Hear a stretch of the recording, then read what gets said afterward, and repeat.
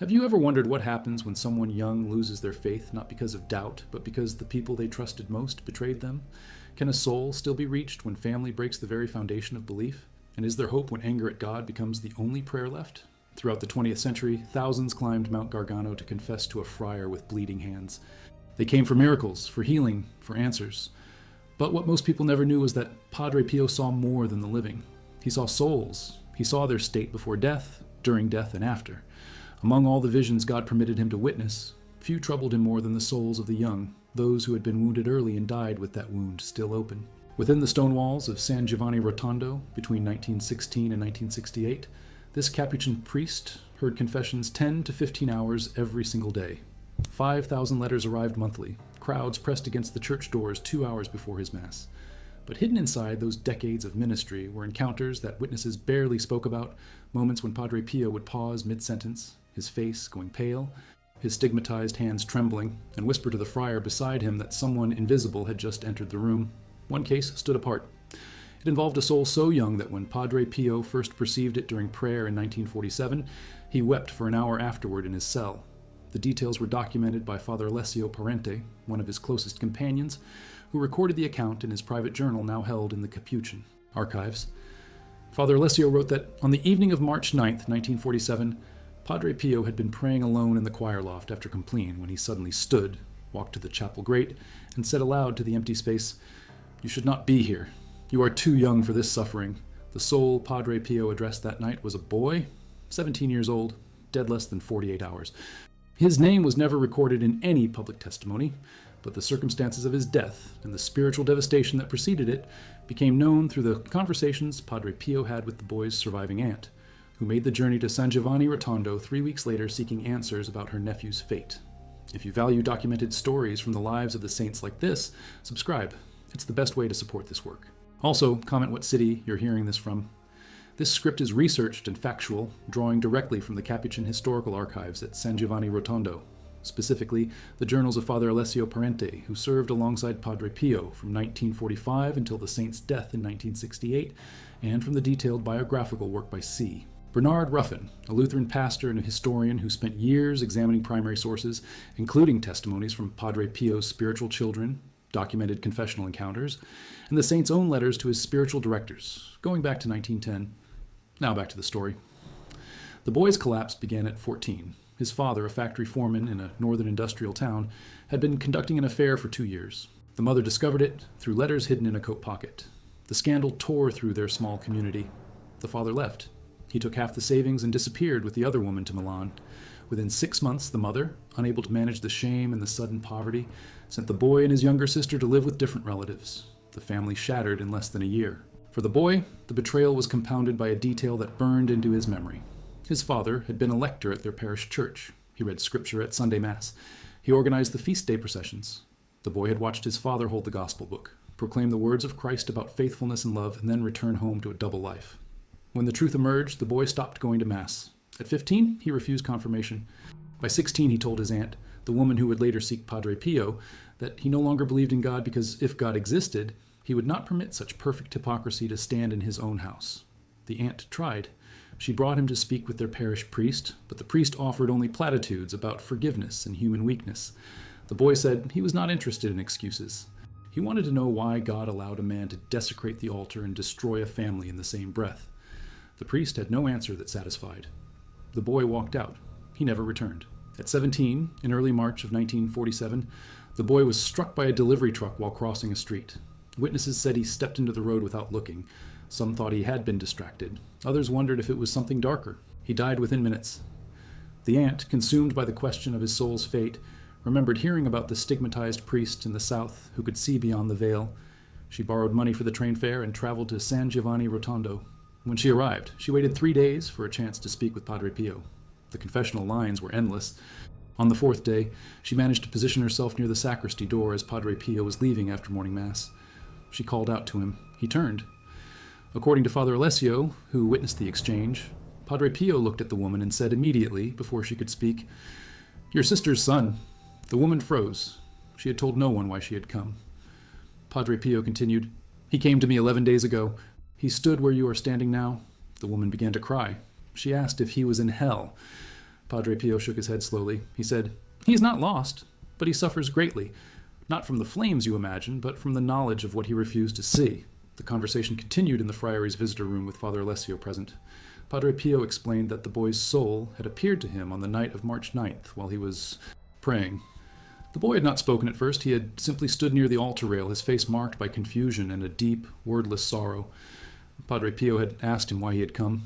The boy's soul, Padre Pio said, responded not with words, but with a kind of interior communication, a transfer of understanding. The boy wanted Padre Pio to know that he had been wrong. Padre Pio described what the soul had shown him. In the final seconds before the truck struck, the boy had experienced a moment of perfect clarity. It lasted no more than a heartbeat, but in that instant, he understood the full weight of his father's sin and the full innocence of God. He saw that God had not caused the betrayal. He saw that his father's hypocrisy was precisely the kind of evil God opposed, and that his own rejection of God had been a rejection of the very justice he craved. The boy, in that final fraction of a second, had called out interiorly for mercy, not with words, not with a prayer he knew how to form, but with a desperate, unnamed reaching toward the light he had denied for 2 years. Padre Pio told the aunt that this last interior cry was enough.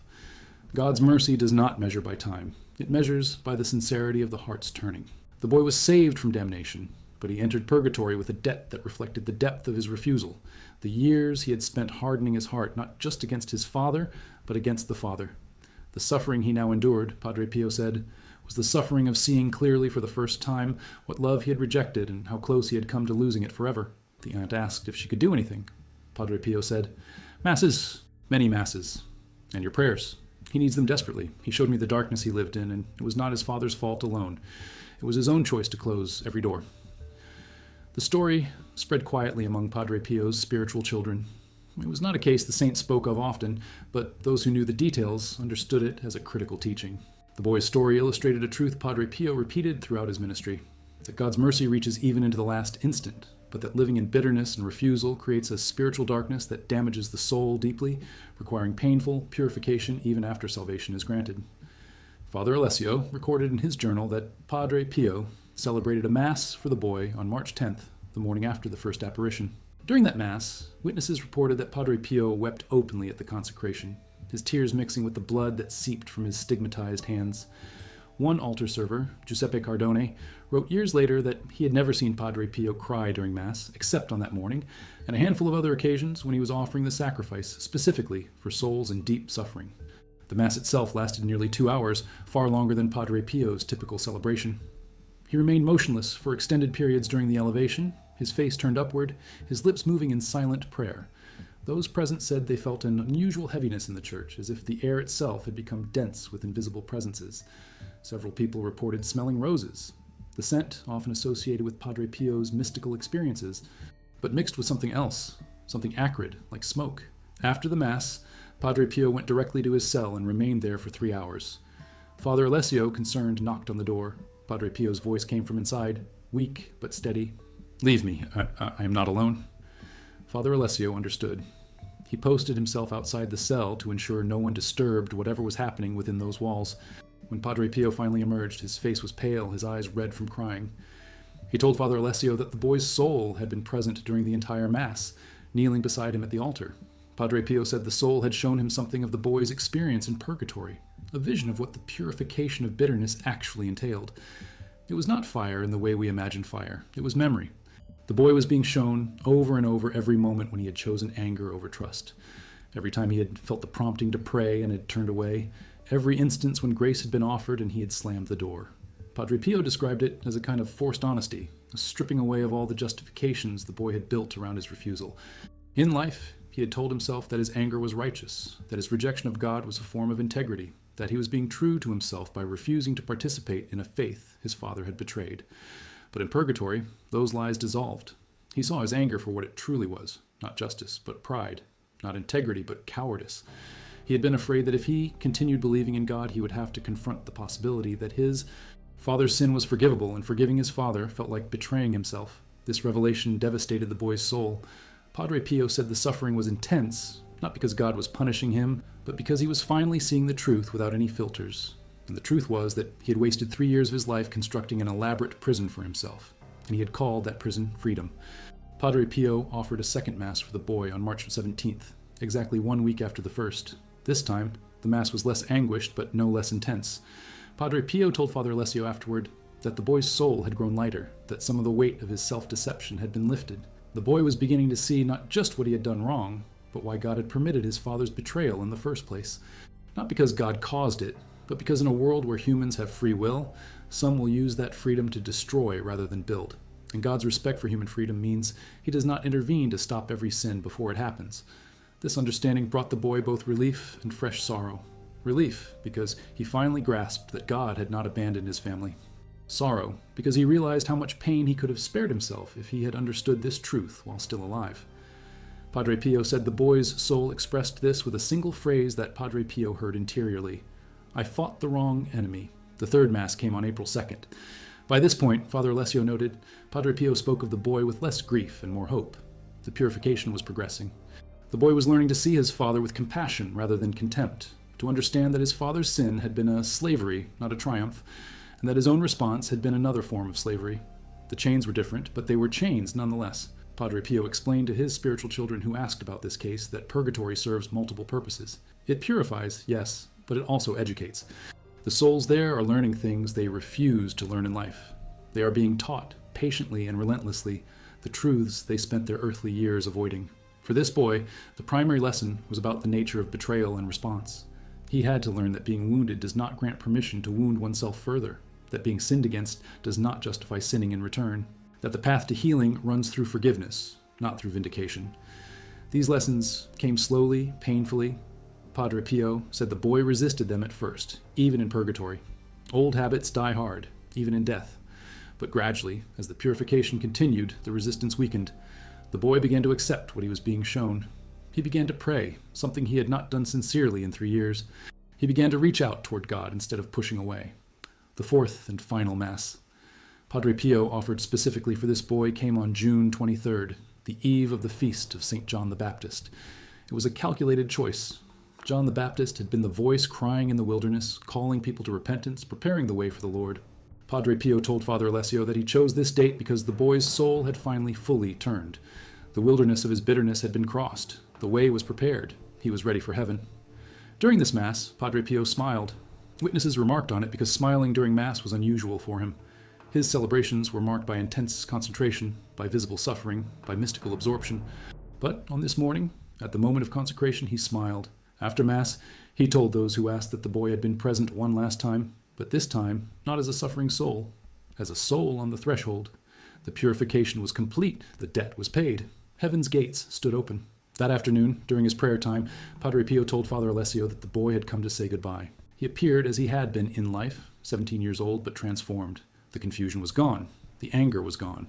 In their place was a clarity and peace that Padre Pio described as like looking at someone who had been sick for years and suddenly became well, but more than well, radiant. The boy thanked Padre Pio. He thanked his aunt, asking Padre Pio to convey his gratitude when next she wrote. And then he said something that Padre Pio repeated many times afterward to young people in similar situations. He said, "Tell them that every day I spent hating was a day stolen from my life. Tell them that the freedom I thought I had won by rejecting God was the worst slavery I ever knew. Tell them that mercy is real, but it would have been better to accept it in life than to require it in death." The boy's soul then departed for heaven, and Padre Pio said he watched him go, saw him welcomed by the saints, by the angels, by the Virgin Mary herself, who took him by the hand, as a mother would take a frightened child and led him into the light. Padre Pio wept again, but this time from joy. But the case did not end with the boy's release. The aunt, after returning home, began working to reconcile with her sister, the boy's mother, who had grown bitter and isolated. She wrote to Padre Pio in July of 1947, telling him that she had been praying daily for her nephew and that something had changed in her own heart. She no longer felt anger toward her brother-in-law. She felt pity. She saw him now as a man enslaved by his own appetites, someone who needed prayers more than condemnation. Padre Pio wrote back. The letter, preserved in the archives, is brief but direct. He told her that her nephew had asked him to tell her this, that the greatest damage of betrayal is not the wound it inflicts, but the bitterness it plants. The boy, Padre Pio wrote, wanted his aunt to know that he had died not from his father's sin, but from his own choice to let that sin poison everything he believed. He wanted her to tell others, especially young people, that when someone we trust fails us, the failure does not prove that God is absent. It proves that humans are weak and that we need God more than ever. This teaching became central to how Padre Pio dealt with similar cases in the confessional. Witnesses report that when young people came to him hardened by family wounds, he did not immediately offer comfort. He challenged them. He told them that suffering was real, that betrayal cut deep, but that using pain as an excuse to abandon faith was a choice that would cost them far more than the original wound ever did.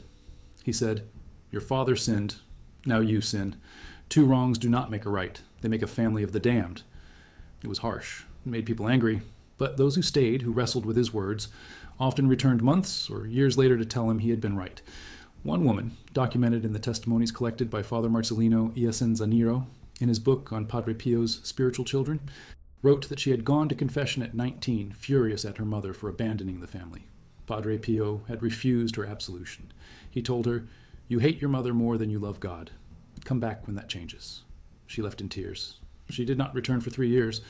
But when she did, she knelt in the confessional and told Padre Pio that she had finally understood. Her mother's sin was her mother's to carry. Her own hatred was hers. She could not heal one by feeding the other. Padre Pio absolved her and told her, "Now you are free. Before, you were your mother's prisoner." The pattern repeated across the decades. Padre Pio's gift of reading souls allowed him to see the tangled roots of apostasy, the ways that anger and hurt disguise themselves as righteousness, the ways that young people especially convinced themselves that rejecting God was an act of moral clarity when it was actually an act of self-destruction. He saw it because he saw what came after. He saw the souls in purgatory who had spent years justifying their refusal to forgive, only to discover in death that they had refused the very mercy they needed most. One of Padre Pio's closest spiritual daughters, Cleonice Morcaldi, wrote in her diary about a conversation she had with him in 1952. She had asked him why he seemed particularly severe with young people who came to confession angry at their families. He told her, "Because I see what becomes of them. I see the ones who die in that anger. They come to me after death, and they weep, not because of what was done to them, but because of what they did to themselves in response. They wasted years. They closed their hearts. And now they suffer, not for the sins committed against them, but for the sins they committed in return." Cleonice asked if there was hope for such souls. Padre Pio said, "Always, but the hope costs them dearly. Purgatory is not gentle with those who chose bitterness. It burns away everything that is not love, and when a soul has filled itself with hatred, even righteous hatred, there is much to burn." The theological principle at work here is one the Church has always taught, but which Padre Pio saw with unusual clarity: that we are responsible, not just for our actions, but for the condition of our hearts. A person sinned against does not gain a free pass to cultivate rage. The victim of betrayal does not earn the right to apostasy. Each soul stands before God accountable for its own choices, regardless of what was done to it. This is hard teaching. It feels unjust to those in the middle of fresh wounds. But Padre Pio insisted it was the only path to freedom. The case of the 17-year-old boy became a reference point for Padre Pio in his later years. According to Father Joseph Pius Martin, who served as Padre Pio's English language correspondent in the 1960s, the saint mentioned the boy at least twice in letters to spiritual children struggling with family betrayals. In one letter from 1963, written to a young man in Australia whose father had left the faith and abandoned the family, Padre Pio wrote, "I once knew a boy your age who let his father's sin kill his own soul. He was saved by God's mercy at the last instant, but he paid a terrible price for the years he spent in rebellion. Do not follow his path. Your father's failure is between him and God. Your response is between you and God. They are separate accounts. Do not let his debt become yours." The letter was direct. It offered no sentimentality. It did not excuse the father's actions. But it placed responsibility exactly where Padre Pio believed it belonged, on the individual soul's freedom to choose its own path, even in the aftermath of devastating betrayal. This approach was consistent with Padre Pio's broader understanding of spiritual warfare. He believed that the devil's primary strategy was not to tempt people into obvious sins, but to convince them that their sins were justified. The devil whispers, "You have been wronged, so your anger is holy. You have been betrayed, so your bitterness is wisdom. You have suffered, so your rejection of God is reasonable." Padre Pio saw these whispers as lethal. He saw their fruit in the souls that came to him after death, souls who had spent lifetimes constructing elaborate moral frameworks to justify their refusal to forgive, to trust, to believe. And yet, even in his severity, Padre Pio's encounters with these souls were marked by profound compassion. Father Alessio noted that whenever Padre Pio spoke of the boy who had died at 17, his eyes filled with tears.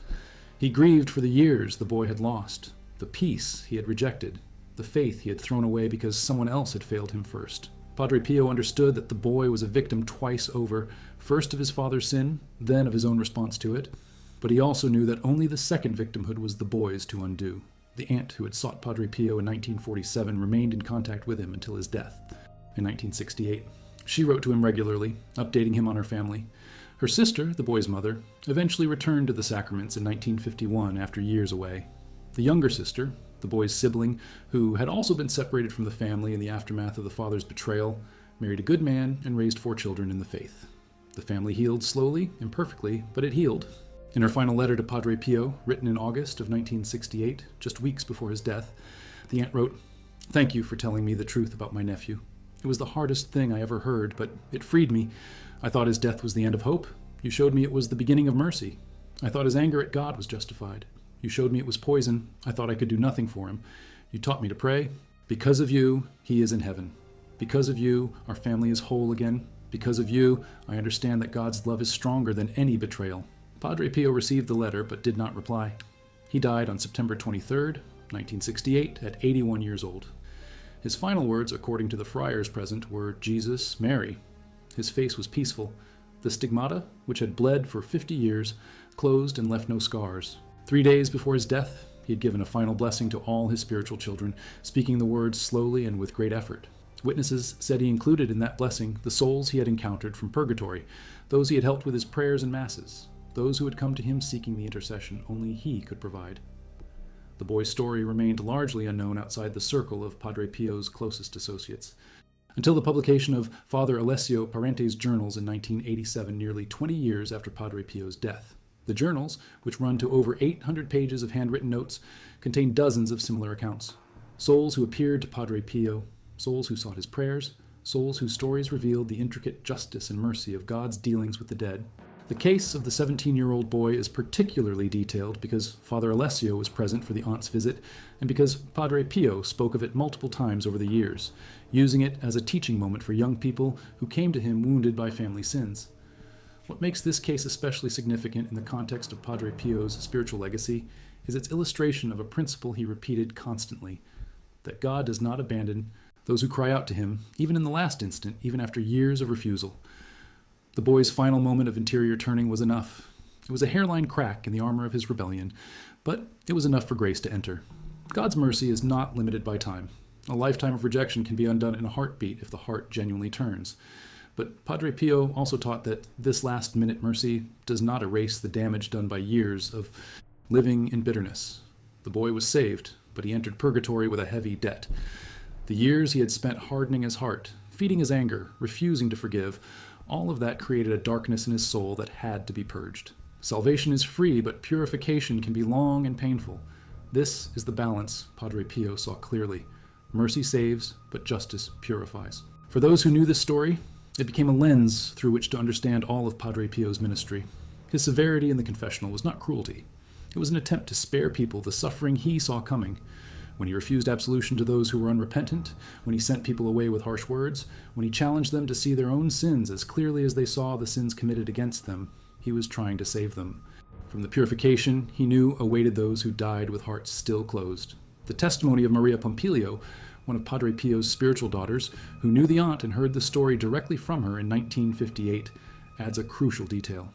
She wrote in a letter preserved in the San Giovanni Rotondo archives that the aunt had asked Padre Pio one final question during their meeting in 1947. Would my nephew have been saved if he had not had that last moment of clarity? Padre Pio had looked at her for a long time before answering. Then he said, no, he would not. His heart was stone. But God, in seeing the trajectory of his suffering and knowing the depth of his wound, granted him that moment of light. It was a gift, not earned, not deserved, a gift, and he took it. This answer reveals the mystery at the heart of Padre Pio's understanding of salvation. God's justice demands that we choose him freely. A soul that has locked itself in refusal cannot be forced into heaven. But God's mercy is active, reaching, seeking every possible opening. The boy's final moment was not an accident. It was an act of divine pursuit. God gave him one last chance to see clearly, and the boy, in his extremity, took it. This is the hope and the warning. Hope, because no soul is beyond reach as long as it lives. Warning, because living in deliberate refusal creates a hardness that can become nearly impenetrable. The boy was lucky. He received his moment of clarity. Not everyone does.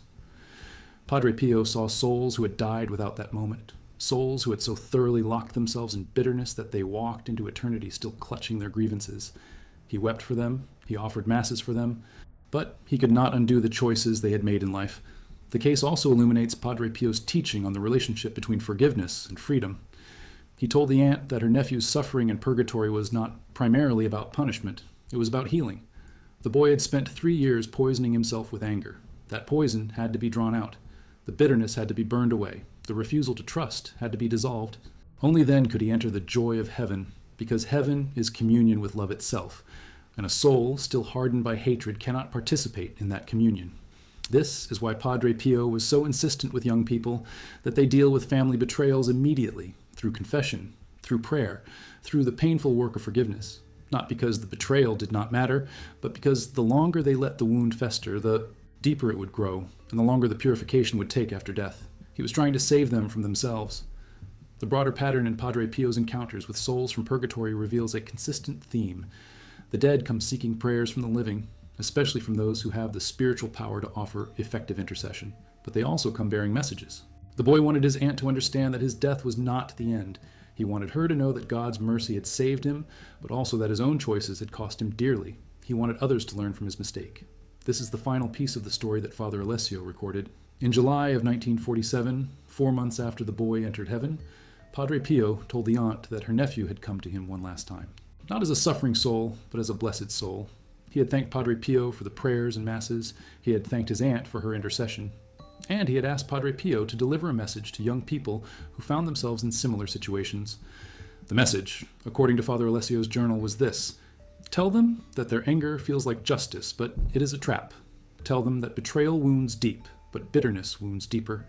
Tell them that God did not cause the sin committed against them, and rejecting God in response only adds their own sin to the weight they carry. Tell them to run to confession, to run to the Eucharist, to run to prayer before the wound becomes a grave. Padre Pio delivered that message hundreds of times over the remaining 21 years of his life. He delivered it in the confessional, in his letters, in his conversations with spiritual children. He delivered it with the authority of someone who had seen the consequences firsthand, who had watched souls suffer not for the sins committed against them, but for their own responses to those sins. And in the end, the story of the boy who died at 17 became one more thread in the tapestry of Padre Pio's witness. That God's mercy is real, that purgatory is real, that our choices matter eternally, and that no betrayal, no matter how deep, justifies closing our hearts to the only love that can heal us. In 1993, 25 years after Padre Pio's death, the aunt passed away at the age of 84. She had lived the final decades of her life as a daily communicant, a member of one of Padre Pio's prayer groups, and a tireless advocate for family reconciliation. Her funeral mass was celebrated at the church in San Giovanni Rotondo, where Padre Pio had said mass for 52 years. The priest, who presided, noted in his homily that she'd often spoken of her nephew, the boy who had died angry at God and been saved by God's mercy in the same instant. She had told the story to countless young people over the years, always ending with the same plea: do not waste your life hating those who hurt you, because, in the end, the hatred hurts you most of all. 3 years later, in 1996, the boy's younger sister, now 70 years old, made a pilgrimage to San Giovanni Rotondo. She visited Padre Pio's tomb in the crypt beneath the new church. She knelt there for an hour, praying. When she emerged, she told one of the friars that she had come to thank Padre Pio for saving her brother's soul and for teaching her family the difference between justice and vengeance, between grief and despair, between a wound that heals and a wound that kills. The friar asked if she had any message she wanted recorded. She said, tell them that Padre Pio knew things we could not see. He saw my brother after death. He saw his suffering. He saw his salvation. And he saw what my brother wanted us to know, that God's love is fiercer than any betrayal, and that mercy reaches even into the last heartbeat of a life spent running away. That testimony now rests in the archives beside Father Alessio's journal, beside the aunt's letters, beside the hundreds of other documents that form the historical record of Padre Pio's mystical encounters with the souls of the dead. Together, they tell a story that transcends any single case. The story of a saint who stood at the border between this world and the next, who saw what happens to souls after death, and who spent his entire ministry trying to prepare the living for that inevitable crossing, so that when their moment came, they would not be found with hearts still locked against the mercy they needed most.